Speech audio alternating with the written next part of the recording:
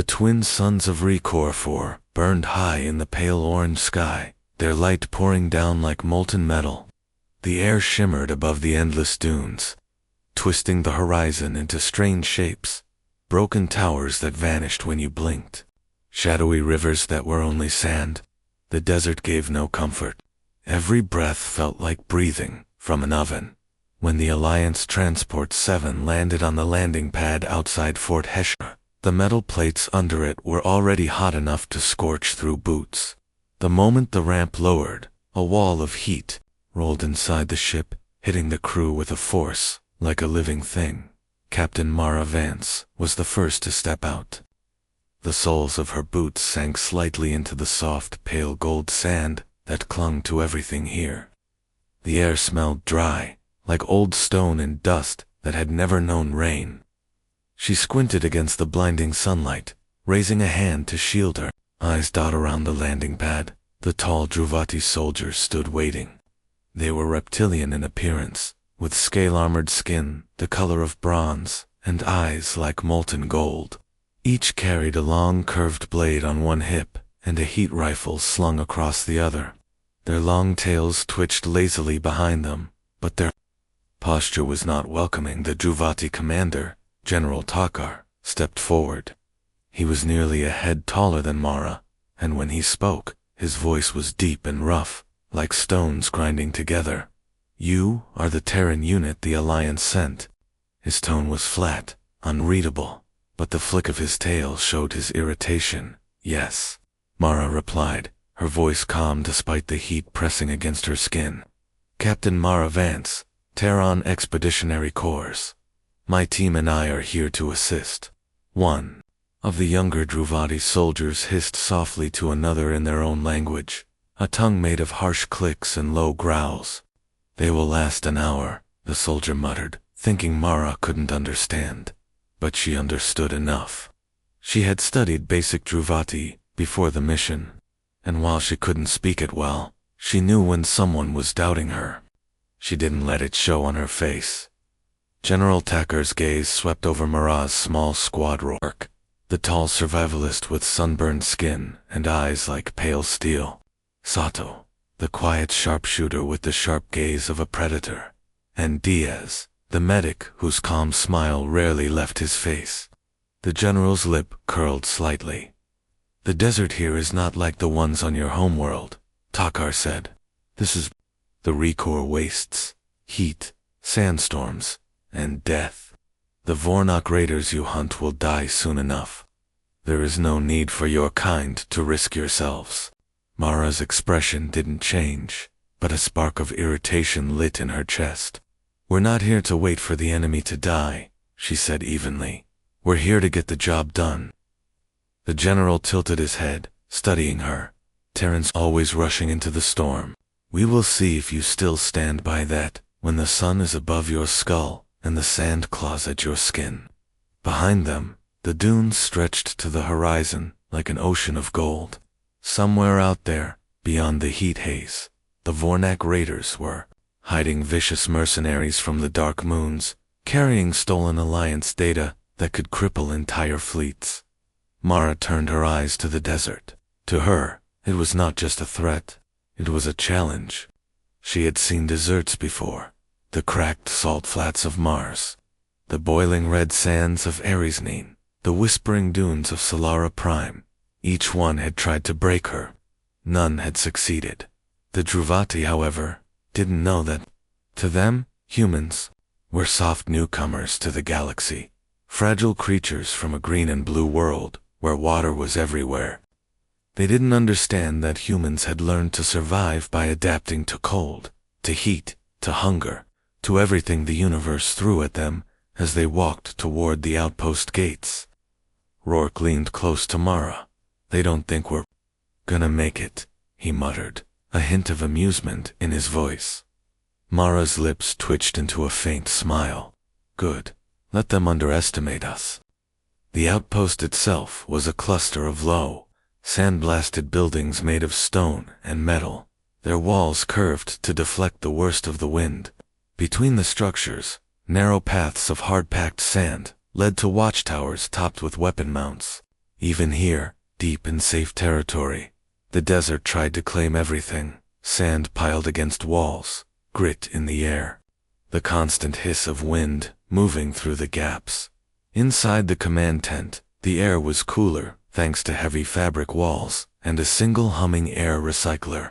A large map of the Recor wastes glowed on the central holotable, dotted with red markers. General Takar pointed to one of the farthest marks. This is where we last tracked the Vornak. That was 3 days ago. No one has survived longer than 2 days out there without proper caches. Diaz frowned. Then they've got a supply source. Takar's tail flicked. Perhaps. Or perhaps. They are already dead. Mara shook her head. They're not dead. If they were, we'd have found their bodies, and the data core would still be out there. She glanced at her team. We move at dawn. Takar raised a brow ridge. You would walk into the desert without support. Mara met his gaze without flinching. We've done it before. The general studied her for a long moment, then gave a short, dismissive nod. Very well, Terran. Go. The desert will decide. If you return. When Mara stepped back outside, the last light of the smaller sun was sinking behind the dunes, painting the sky in shades of blood red and deep purple. The air cooled slightly, but the heat still clung to her like a second skin. She could feel the desert's eyes on her, as if it were alive, watching, waiting. It wanted to test them. She intended to pass. The morning inside Fort Hesher began, with the dull hum of the comms array and the low murmur of alien voices.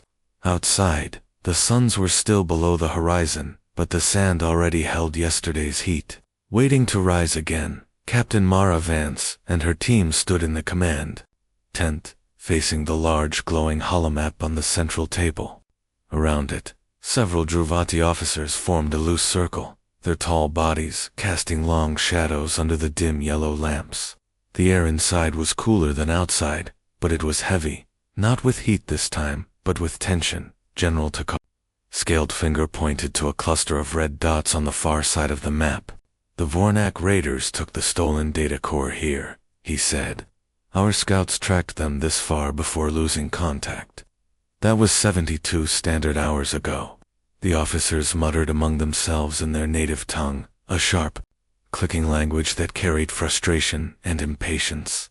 Mara caught a few words. Waste of time, already dead, soft-skinned. They're not dead, Mara said, her voice cutting through the murmurs. Takara's golden eyes shifted to her. You sound certain, Terran. Why? She stepped closer to the map, studying the terrain outlines, endless dunes, sharp ridges, and broken canyons shaped by windstorms that had raged for thousands of years. If they had perished in the desert, we'd have found something, their gear, bodies, wreckage. The fact we've found nothing means they're still moving. Diaz, the medic, nodded. And if they're still moving, they have a water source, maybe a hidden cache, or a contact inside the desert. The Druvati officers exchanged uneasy glances. The desert was their home, their pride. The idea that outsiders, especially raiders, could survive here so long was almost insulting. General Takar leaned over the map, tapping one claw on a darker section of dunes. If they have a supply point, it will be here, the shattered dunes. Dangerous, unstable, even our patrols avoid it. Rourke's lips curved into a half-smile. Unstable dunes are perfect for losing pursuit, or hiding something you don't want found. The general's tail flicked in irritation. It does not matter. We have no reason to risk men in that place. We will wait. The desert takes everything. Sato, silent until now, spoke from the back. His voice was calm, but firm. And when the desert takes them, it will take the data core too. You think the heat destroys only flesh? A few more days, and your stolen codes will be buried under 100 meters of shifting sand. The tent went quiet. Takar's eyes narrowed, but he didn't interrupt. Mara folded her arms. Waiting is not a plan. It's surrender. We move. Now. While there's still a trail to follow, one of the Druvati captains hissed. You will not last a day out there without our guides.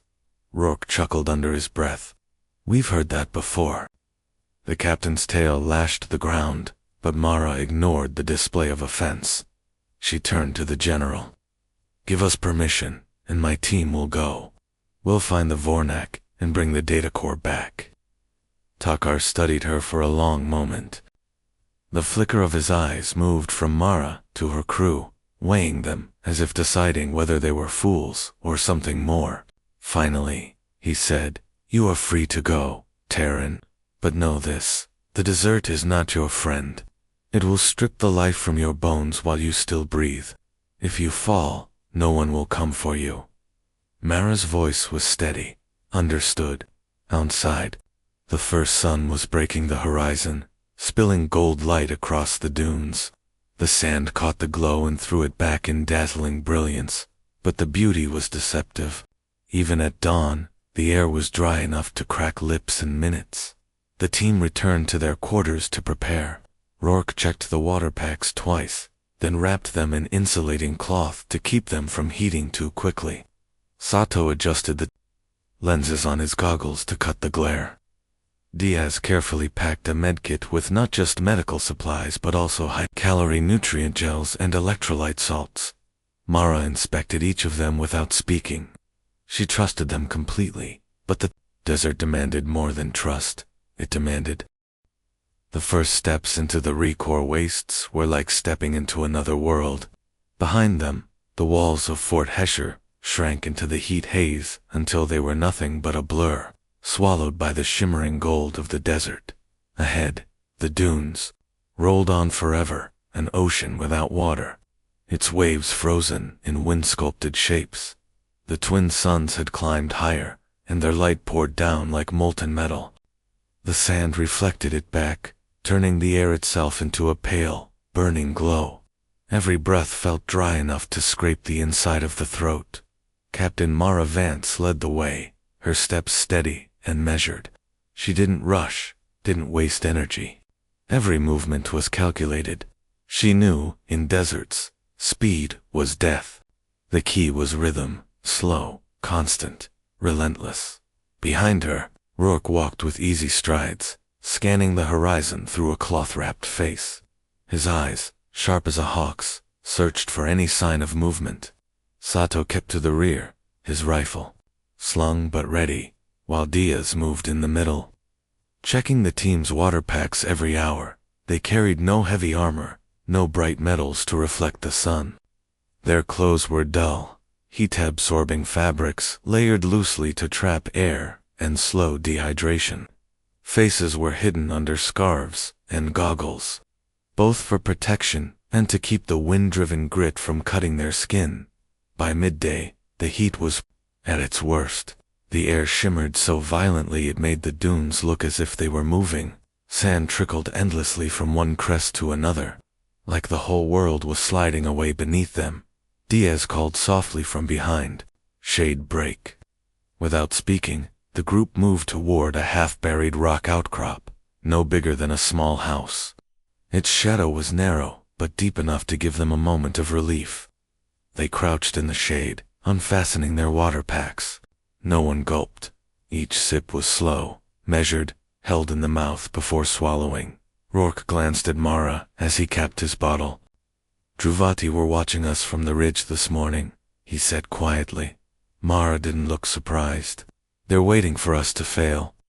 Or for us to lead them to the Vornak," Sato added, his voice calm as always. Mara led the thought, hang in the air. It didn't matter why the Druvati watched. It mattered only that they were watching. If the humans collapsed, the aliens would say they'd been right all along. If they succeeded, maybe the galaxy would finally understand what Terrans were made of. After a short rest, they moved on. The sun seemed to follow them like a predator, its heat pressing harder with every step. The sand hissed under their boots, sliding away, making each climb up a dune feel like climbing a mountain made of powder. By the time the larger sun began to sink, the desert had shifted from gold to deep orange. The air cooled slightly, though Heat still radiated up from the ground. Shadows stretched long and thin, distorting into strange shapes. That was when Rourke spotted the first sign of their quarry. Tracks, he said, pointing. Half buried in the sand, were deep grooves, not from animal feet, but from repulsor sleds. The lines ran parallel, cut into the dune's surface, and stretched toward the far horizon. Mara crouched beside the tracks, running her gloved fingers lightly over the edges. Recent, she said. Wind hasn't had time to erase them. Sato's eyes followed the trail. They're heading toward the shattered dunes. Rourke let out a low whistle. Bad choice for anyone on a machine. The shifting ridges out there can bury a sled in minutes. Mara straightened, her gaze following the line of tracks into the endless dunes. The Vornak were moving fast, but the desert would slow them. Humans didn't rely on machines to survive a place like this. They relied on endurance. And endurance was something Terrans had in endless supply. They pushed on, following the trail until the first stars began to prick the darkening sky. The heat dropped sharply as night came, replaced by a biting chill that wrapped around them like ice. The desert was cruel in every form, burning by day, freezing by night. They made camp in the lee of a dune, digging shallow hollows in the sand to block the wind. No fire was lit. Light carried too far, and the Vornak might see it. Instead, they huddled under insulated tarps, sharing warmth and silence above them. The night sky of Rekor stretched wide and clear. 2 moons hung low, one pale white, the other a faint copper. Between them, the stars glittered like shards of frozen light. It was beautiful in a way that felt almost dangerous beauty, that could lure you into forgetting where you were. Mara lay awake for a while, listening to the low whistle of wind over the dunes. She thought of the stolen data core, of the fleets that could fall if it reached the wrong hands. She thought of the Druvati, who doubted them, and of the long road ahead. Finally, she closed her eyes, her last thought simple and steady. The desert will not take us. We came here to finish this, and we will. The sun was still hidden below the horizon when Mara's team broke camp. The sand under their boots was icy, but they knew it would not stay that way for long. Every moment before sunrise was precious. The cool hours could be used to cover ground before the desert turned into a furnace again. Rourke took point, following the half-buried grooves left by the Vornak's repulsor sleds. The tracks were sharper here, less eroded by wind, which meant they were closing the distance. Somewhere ahead, the raiders were unaware that 4 humans were hunting them, across the most dangerous desert in the quadrant. They walked in silence, the soft crunch of sand underfoot the only sound. Sato scanned the horizon through his rifle scope, sweeping across the dunes for any sign of movement. Diaz kept glancing over his shoulder, not because he expected danger from behind, but because he knew they were being watched at. By the time the first sun cleared the horizon, the shadows had shrunk, and the cold was gone. The desert began to glow again in brilliant gold, the kind of light that looked beautiful but felt like it was peeling the skin from your face. They stopped briefly under the slanted shadow of a tall dune. Diaz passed around water, too slow. Sips each, no more. When he handed the bottle to Mara, his brow furrowed. "You hear it?" She paused, listening. At first, there was nothing. Then a faint hum came through the air, so soft it could have been mistaken for the wind. But it wasn't wind. Mara's eyes narrowed. Engines. The hum grew louder, and moments later, the sleek shadow of a Druvati sand skimmer appeared over a nearby ridge. Painted in the dull bronze of the Druvati military, it skimmed across the dunes on anti-grav thrusters, its long fins slicing the air. The skimmer slowed and circled before landing in a swirl of dust. General Takar himself stepped out, flanked by 2 armed Druvati soldiers, his golden eyes fixed on Mara as he strode forward. "You're far from the fort, Terran," he said, his voice deep and unwelcoming. Mara didn't answer his tone. "We're following the Vornak trail. They're close." Takar's tail flicked in agitation. You were not ordered to pursue. The Alliance Council decided to let the desert finish them. It is not worth the risk of more lives. Rourke crossed his arms. Not worth your lives. Maybe. Takar ignored him, stepping closer to Mara. I will not allow you to die in the wastes. Return to Fort Hesher. That is an order. Mara met his gaze evenly. With respect, General, my orders come from the Alliance as well, and they were to recover the stolen data. I can't do that from inside the fort. The General's eyes narrowed.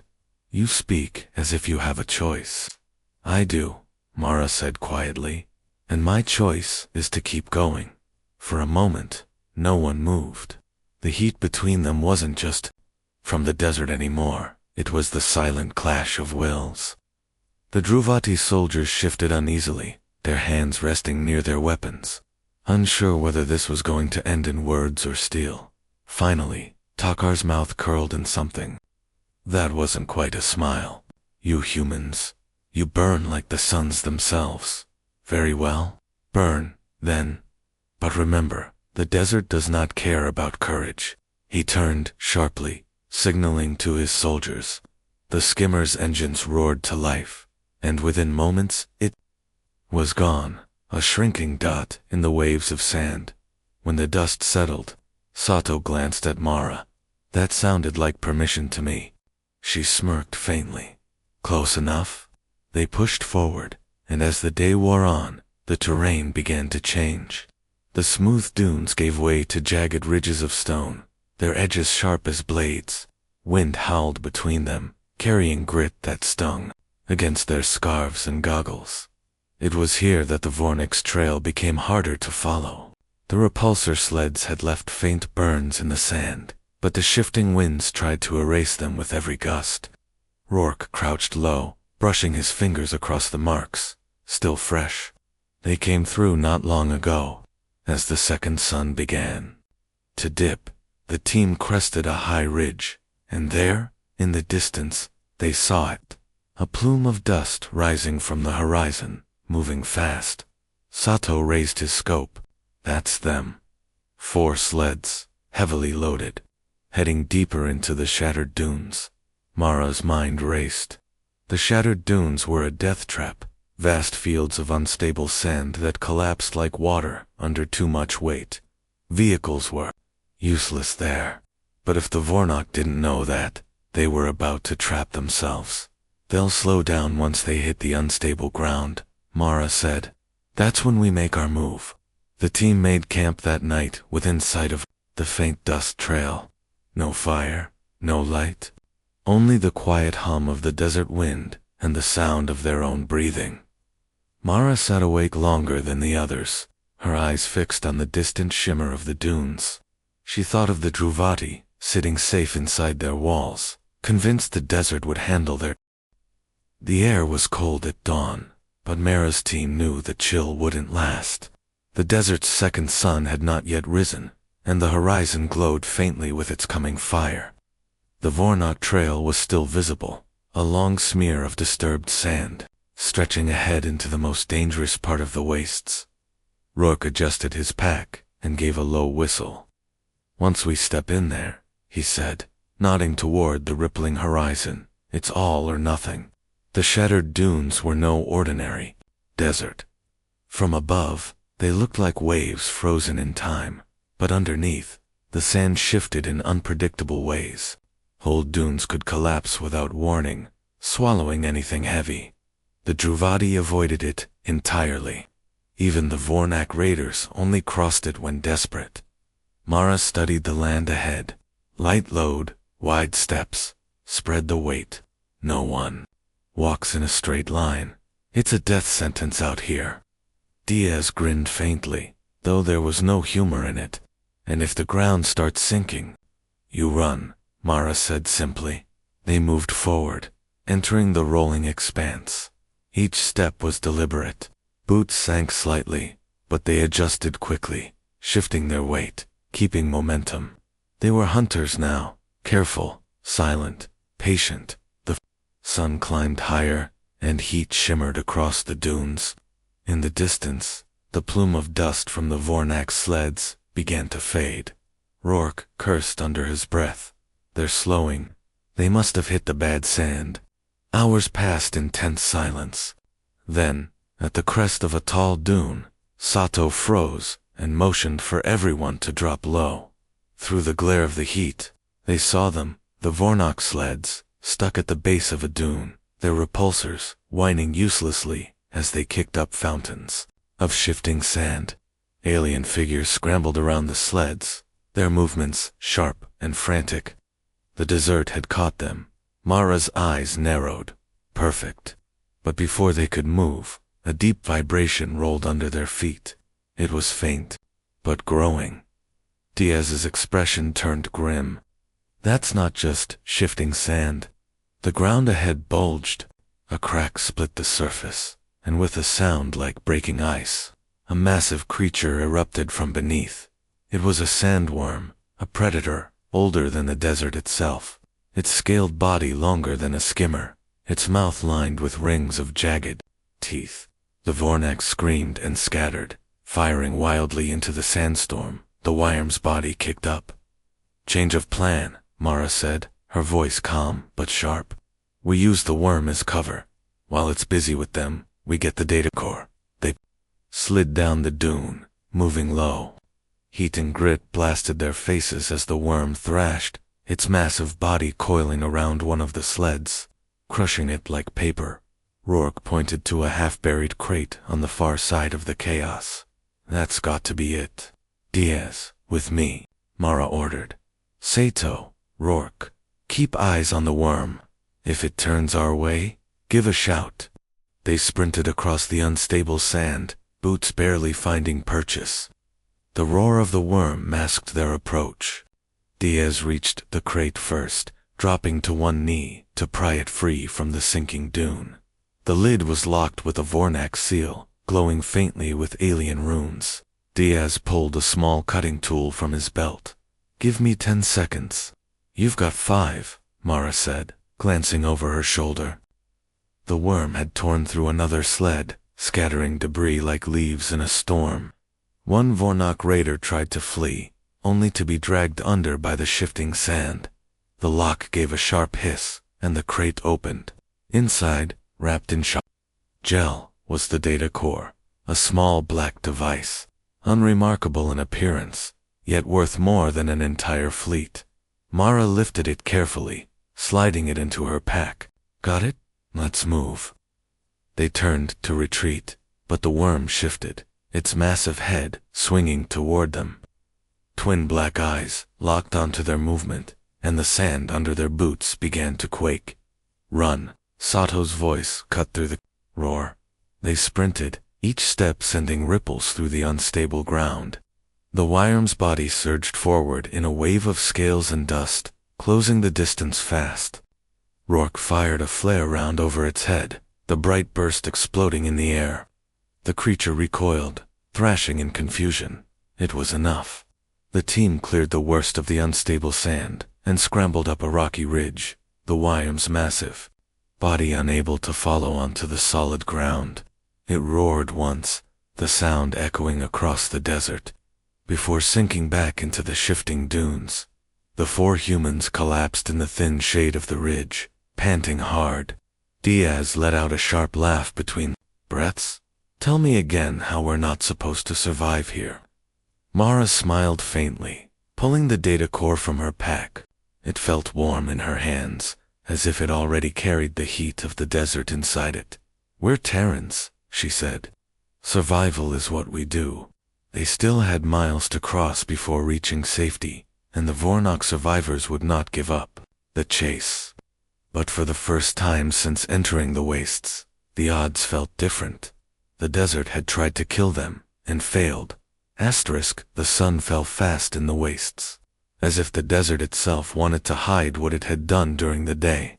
By the time Mara's team reached the jagged cliffs marking the edge of the shattered dunes, the sky was already deep red, streaked with the last gold of sunset. The second sun dipped below the horizon, and cold swept in like an ambush. They huddled for a moment in the shadow of the rocks. Rourke took a slow drink from his canteen, then passed it to Diaz. "We can't camp here," he said. "They'll come for us before moonrise." Sato scanned the horizon through his visor. "They're already moving." 3 heat signatures. Closing from the east, Vornok survivors. Mara tightened the straps on her pack. Inside, the data core felt heavier than it should. "Then we keep moving. Night will slow them, but it'll slow us too." The desert at night was a different enemy. The dunes hardened in places, making footing unpredictable, and strange sounds carried on the cold wind, calls of creatures that never showed themselves during the day. Every so often, the ground shivered beneath them, a quiet reminder that the sandworm was not the only predator in the wastes. They moved quickly but cautiously, using ridges and shadows for cover. Rourke kept glancing back, his hand never far from his rifle. 2 hours into the march, Sato raised a fist to halt the group. Movement ahead. Mara crouched beside him.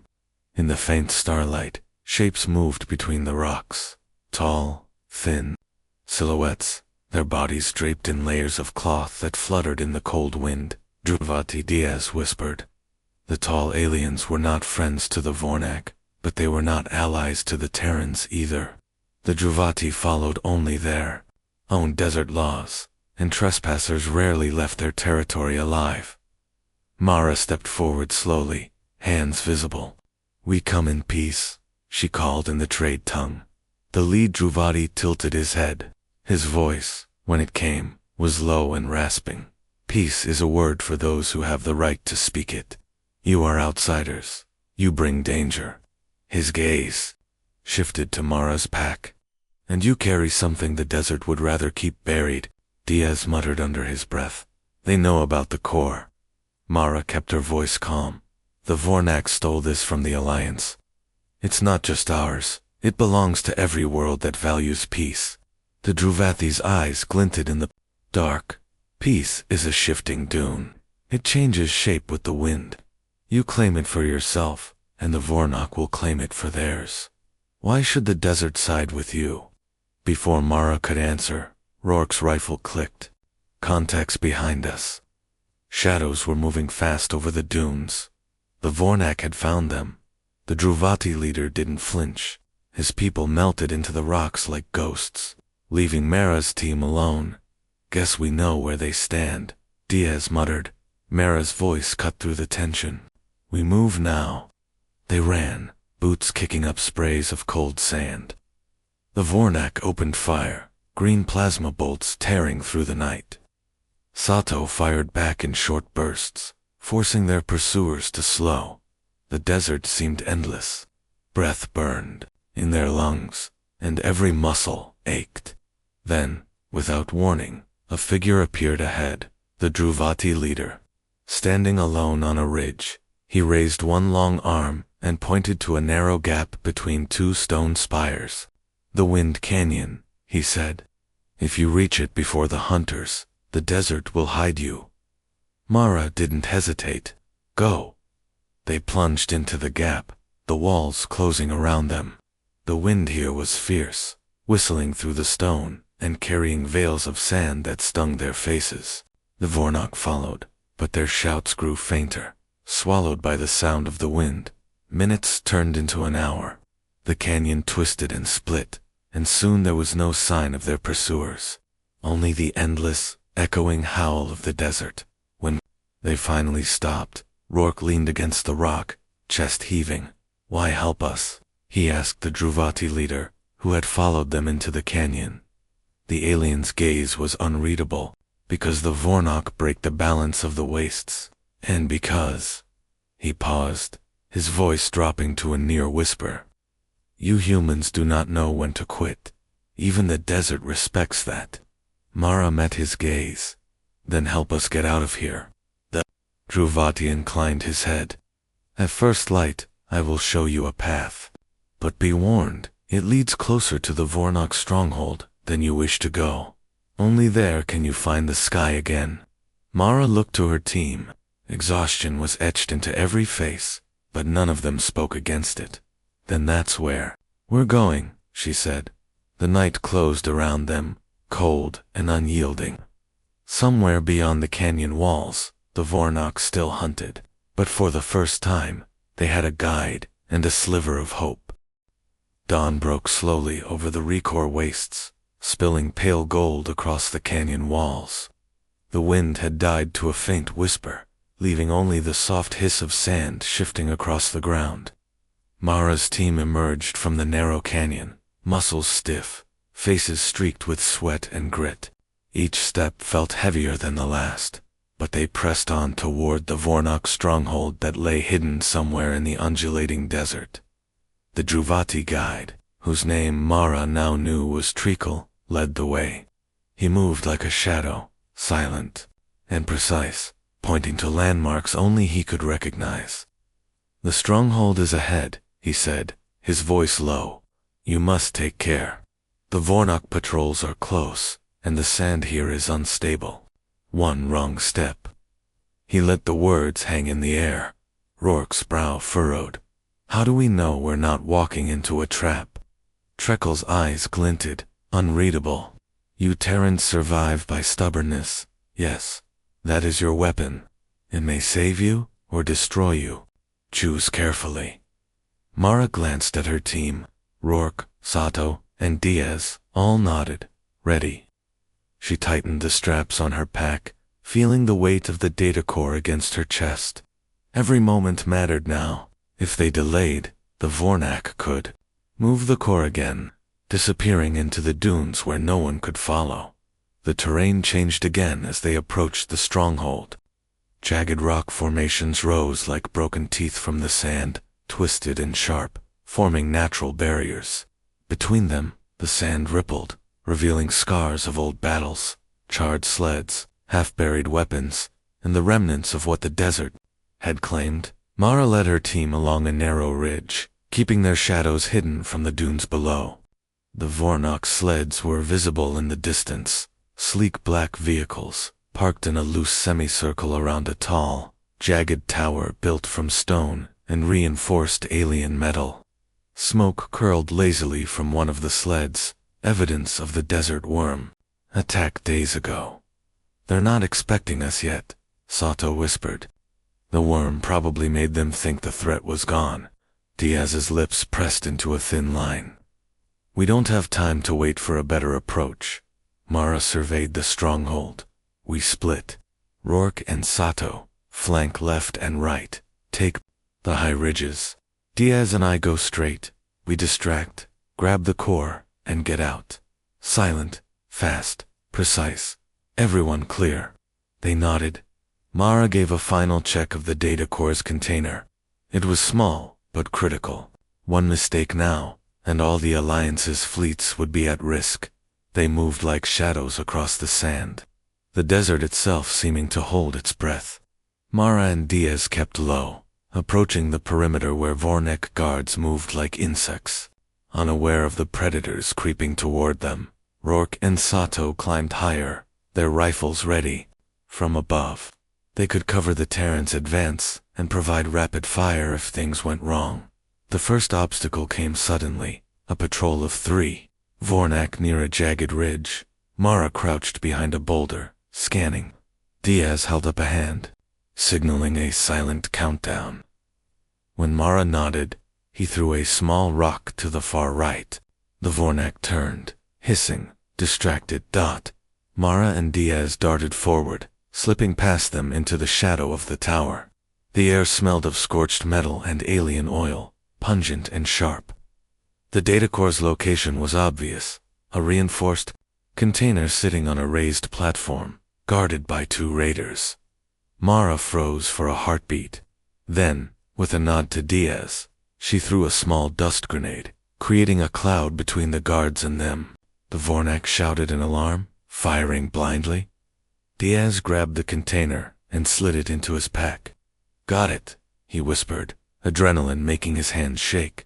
But alarms sounded. Mara's heart skipped. A deep, pulsing hum vibrated through the ground. The stronghold's energy shield had detected them. The Vornak guards rushed toward them, weapons raised. Sato's voice cut through Cum's. "Rourke's got cover." Move. They sprinted, the sand unstable beneath their feet, the sun still, low in the sky but burning their backs. The Vornok fired, plasma bolts slicing through the dunes, some hitting the sand with explosive sparks. Mara's chest pounded.